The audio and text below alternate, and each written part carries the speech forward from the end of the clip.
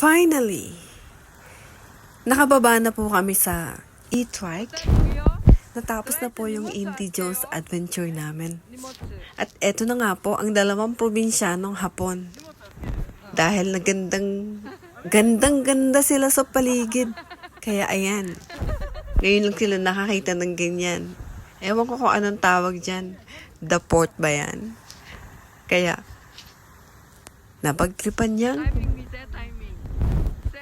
makipaglaro sa alon. Lahat kasi bago sa paningin nila kaya utoy na utoy pa yung mga anak ko.